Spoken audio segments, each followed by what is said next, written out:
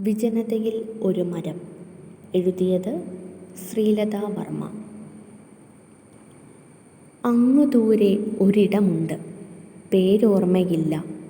ഏതോ യാത്രയിൽ പിന്നിട്ടതാണ് പൊടി പരത്തുന്ന കാറ്റ്, കത്തിപ്പടരുന്ന വെയിൽ. ആരോരുമില്ലാതുവഴി പഴയ ചില ആഖ്യാനങ്ങളിലെ സ്ഥലങ്ങളോർത്തു. നാട്ടുവഴി തീരുന്നിടം കണ്ടു. അപ്പുറം കാടായിരിക്കുമോ?